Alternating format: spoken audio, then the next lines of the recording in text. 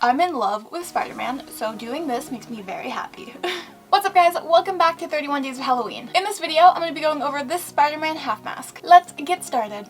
To begin, I am priming my face. Next, I am applying my normal foundation all over my face.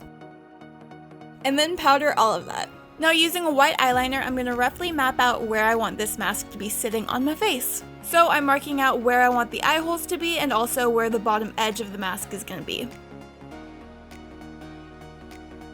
Now taking a red body paint, I am filling in the entire mask, minus the eyes. Now because of the brand I'm using, I only had to do one layer of body paint, but with a lot of brands you'll find that you have to do multiple layers to get really opaque red. If you find yourself with one of those brands, make sure that the first layer is dry before adding on the second layer. Switching to the eye makeup, I'm using a white base and putting that from my lid to my eyebrow, basically everywhere. Now with a dark blue, I'm beginning to pack that onto the outer half of the eye as well as in the crease. And then I'm going to switch to a fluffy brush and blend that out, then switch back to a packing brush, add more blue, blend it out. Keep doing that until it's as smoky and as opaque as you want it to be. Going in with a light blue, I'm blending that onto the outer edges with a fluffy brush, just to make sure it all blends seamlessly. Then I'm blending in the smallest amount of black eyeshadow into the outer corner, just to deepen it up a little bit more. Now using a makeup wipe, I'm just sharpening up the bottom edge of that eyeshadow. For the inner half of the eye, I'm doing a sort of half cut crease. So to clean up and carve out the inner half of the eye, I am using a white foundation. Then I'm just setting that with the white eyeshadow from earlier. To blend the blue and the white, I am taking the fluffy brush that still has blue on it and sweeping it between the two until it becomes a nice gradient. Now I'm applying some glitter primer just to the inner corner, and then some white glitter, which can't really be seen on camera anyways, so a silver glitter would probably be a better idea. But you live, you learn.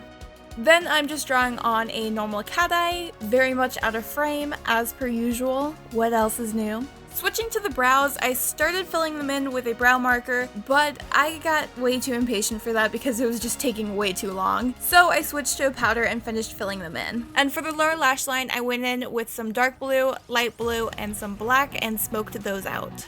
I also went in and filled my waterline with black eyeliner. And then I curled my lashes, added some mascara, and chose to forego the falsies this time. Now moving on to the rest of the mask, we are going to start on the webbing. Ignore the black circle in the middle, I got rid of that real quick, don't worry. Rather than just going straight in with black and hoping that you put them in the right place, I started mapping it out with a dark burgundy red instead. If you like living life on the edge, you can totally skip this and just go straight to the black body paint, but I am not symmetrical or good at drawing lines, so I'm playing it safe this time. As for where to put the lines and the webbing, I used a reference picture for that, so pick your favorite Spidey suit and go off of that. Once I felt like the lines and webbing were pretty solid, I took the leap and started using black body paint, which is terrifying by the way. Unless you have the best line drawing abilities in existence, I would advise to hold your arm that is holding the brush completely still and move your head to draw the line rather than moving your hand. It's going to give you a lot cleaner line than if you were to just move your hand all willy-nilly and hope for the best. Trust me, I have tried both. This one works the best. Once all of the webbing is filled in, I am then outlining the eye holes with black, and yes, I'm aware that the eye holes are not the correct shape. When you're mapping these out, or really when you're doing anything that involves symmetry, look at the mirror straight on and not at an angle like I'm doing because it will not turn out right. And since I wanted to make this more glam, obviously I did the eye makeup, so I didn't want to paint the entire eye area white, so instead I filled in small amounts of it near the outer edges and blended it inward. For the shading on the outer edges of the mask, I decided to make it more comic booky, so I used black and then blended that out a little bit. I blended the mask out less on the bottom of the mask than on the top. On the top, I went full-blown smoked out to the hairline black. And then, just to make it a little bit less of a drawing transition from the black to my skin, I used a regular contour color and blended that in between the two.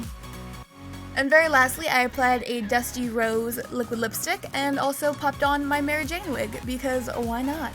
So that is it for this video. Hopefully you guys enjoyed it, and if you want to, feel free to subscribe to see the rest of these 31 days of Halloween. I will see you guys tomorrow. Bye!